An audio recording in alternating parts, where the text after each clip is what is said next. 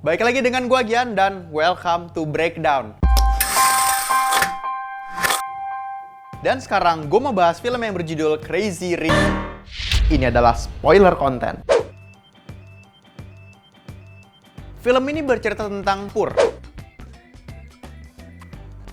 Buat kalian yang udah nonton kayak gila ya, kayak pengen deh gue ke Singapura nih, terus gue beli McD, es krim cone, terus gue balik lagi ke Indonesia. Tapi pas habis gue nonton ya, balik lagi ke penggarapan yang emang sangat ngepop banget dan sangat modern secara visual untuk menjalani hidupnya. Film ini bisa gue bilang spesial karena sebenarnya film ini mengangkat sebuah fairy tale yang ada di dunia nyata, cuman gak pernah diangkat. Bukan sesuatu yang mungkin terjadi, namun penonton itu relate karena ada beberapa dari mereka emang sedang melakukan ataupun tidak. Ya kenapa enggak? Representasi kehidupan. Isu yang diangkat di sini adalah sebuah tema besar perestu-restuan. Sebuah lini kecil yang selalu menjadi problema besar di percintaan Asia. Dan diceritakan ke dunia dengan sodoran film romantis yang baru. Untuk origin story tentu ini adalah recycle dari banyak cerita di mana sang pangeran yang jatuh cinta terhadap seorang gadis yang biasa aja. Tapi di balik itu, gue kagum bahwa film ini sebenarnya bisa membuat kita sebagai penonton jadi sangat menginginkan dan secara bersamaan sangat takut juga untuk hidup menjadi seorang bilioner. Jadi sensasional banget karena lo bisa ngelakuin apa aja ya, lo bilioner nggak usah mikir. Tapi di saat yang bersamaan untuk kehidupan sosial lo, semua orang menginginkan sesuatu dari lo. Film ini bicara betapa kompleksnya kehidupan glamor di mata orang yang emang sebenarnya nggak begitu mempedulikan juga soal status, dan ini direpresentasikan ke penonton karena di sini tokoh utama kita adalah Rachel Chu, seorang yang emang liberal. Dia tuh nggak begitu mementingkan bahwa dia keturunan siapa, dia orang konglomerat atau bukan. Yang penting dia melalui passionnya bisa membawa kemana saja. Yang film ini tanamkan ke penonton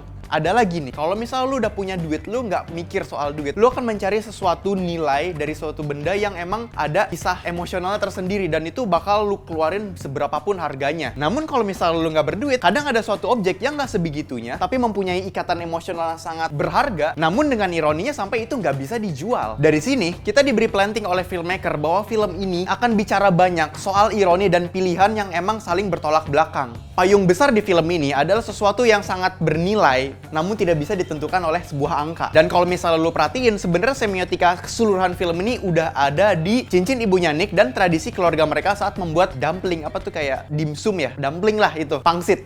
Di mana dalam film itu keduanya memiliki persamaan secara semiotika, yaitu sebagai sesuatu yang didapatkan oleh pengakuan, baik oleh pengakuan si ibunya Nick atau pengakuan bahwa si tradisi turun-temurun itu adalah sesuatu yang diwariskan antara keluarga, cuman untuk circle keluarganya. Tapi ya sebenarnya ada satu hal di film ini yang emang membuat gue secara film nih, secara storyline itu bergejolak banget. Terlepas emang film ini memiliki tema besar kultur yang sangat kuat dan budaya Asia di dalamnya. Di breakdown sebelumnya gue udah pernah jelasin teknik ini, tapi di sini ada yang namanya keseimbangan yang terusik. Di sini kuat banget karena semua karakter yang emang ceritanya kita ikutin diawali dari sebuah keseimbangan bahwa mereka ada di dalam kontrol. Rachel Chu dengan keseimbangan bahwa dia pikir passion dia bisa membawa dia untuk kemana saja. Nick yang nyaman dengan dikenal sebagai dirinya, bukan bilioner. Terus Eleanor, mamahnya Nick, di mana dia memiliki keseimbangan bahwa omongan dia adalah titah. Dan Astrid, kakaknya Nick, yang merasa dia sedang menjalani sebuah keluarga yang ideal. Mereka semua ditemukan dengan konflik, yang dimana kontrol itu dihilangkan, sehingga keseimbangannya itu berantakan, tatanannya itu rusak. Makanya secara spesifik, kisah mereka dalam momen ini diangkat sebagai film, karena keseimbangan mereka itu berantakan. Tatanan yang biasanya udah mereka lalui sebagai moto mereka, itu berantakan, keseimbangannya hancur. Itulah sebuah storytelling, ada tantangan. Tokoh-tokoh kita menemukan masalah yang membuat mereka hancur secara nilai plus mereka, sehingga mereka harus mencari celah bagaimana untuk bangkit kembali. Jadi tantangan ini harus memisahkan mereka dari zona nyamannya. Nick yang dipisahkan oleh Chu, neneknya yang sangat tiba-tiba suka dengan Rachel Chu, di mana ibunya itu memiliki kisah yang agak kelam untuk mendapatkan pengakuan itu, dan Astrid yang ternyata jarak yang dibuat ke suaminya itu malah membuat jadi kehancurannya karena suaminya jadi selingkuh.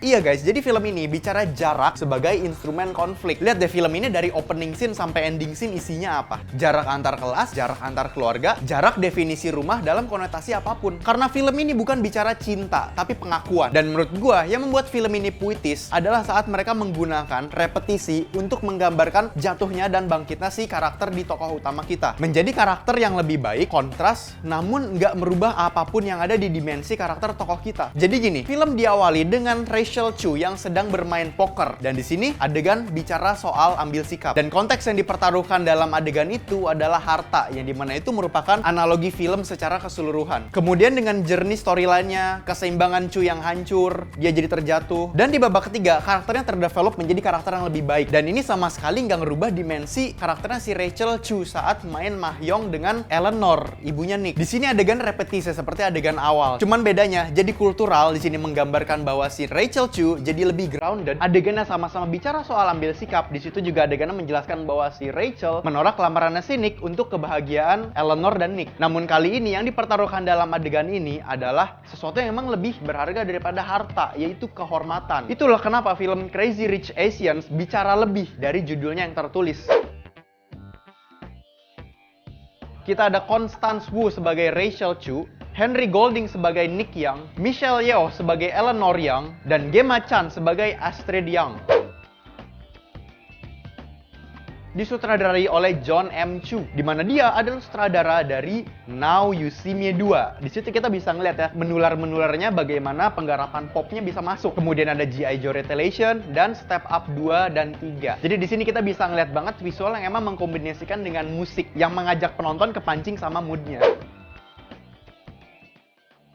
Jadi setelah gue nonton, gue tuh kayak senang banget dan agak halu juga kayak, ada balik lagi nih ke dunia nyata gitu. Tapi di sini yang mau gue angkat juga, kalau misalnya emang sebuah film yang bagus, sebuah film yang emang disodorkan dengan baik, itu tuh bikin hati seneng gitu. Setelah film selesai, kita ada yang melekat di kepala. Dan kalau udah ada experience kayak gitu, film itu udah mendapatkan absolut 9 dari 10 dari gue. Dan film ini loyal terhadap ceritanya, itu yang paling penting. Semua elemen pendukung, semua faktor-faktor subplot, pengadeganan, semuanya itu digunakan untuk loyal terhadap cerita storyline yang emang mau disodorkan ke penonton. Yang emang sebenarnya temanya dibelut sesuatu yang emang agak tabu kan. Cuman film ini bisa membawakan semua konflik yang emang tabu ini ke sesuatu yang emang humble dan mild. Repetisi yang digunakan sebagai elemen klimaks untuk penutup film ini membuat gue cukup amazed dengan bagaimana film ini bisa bermain dalam tutur ceritanya. Kayak kita tuh diajak nari sama film ini. Ritmenya tuh berubah-berubah. Buat gue itulah tolak ukur di mana permainan sutradara dalam menggarap filmnya tuh kerasa. Overall, film ini adalah representasi kehidupan yang emang melebihi dari judulnya yang gue lihat. Dan di adegan-adegan di film ini cukup bisa membuat agak tahan nafas dan deg-degan itu dengan output yang bakal terjadi pada tokoh-tokoh kita. Oke, cukup sekian untuk review gue kali ini. Kalau misalnya kalian punya pendapat tentang review gue, silahkan share pendapat kalian di kolom komentar bawah. Kalau misalnya kalian punya pendapat sendiri tentang film Crazy Rich Asians atau punya rating sendiri tentang film ini, silahkan share pendapat lo di kolom komentar bawah. Jangan lupa like, comment, dan subscribe ke channel Kincir Cinema Club. Dan kalau misalnya kalian emang punya passion untuk mereview film, silahkan cek juga ke website kincir.com karena di situ kita ada review film, artikel, dan kalian boleh share pendapat kalian, review kalian di kolom komentar reviewnya. Dan share video ini ke temen-temen lu yang emang suka dengan romantic komedi. Ayo kita breakdown film selanjutnya bersama gua Gian. Dadah.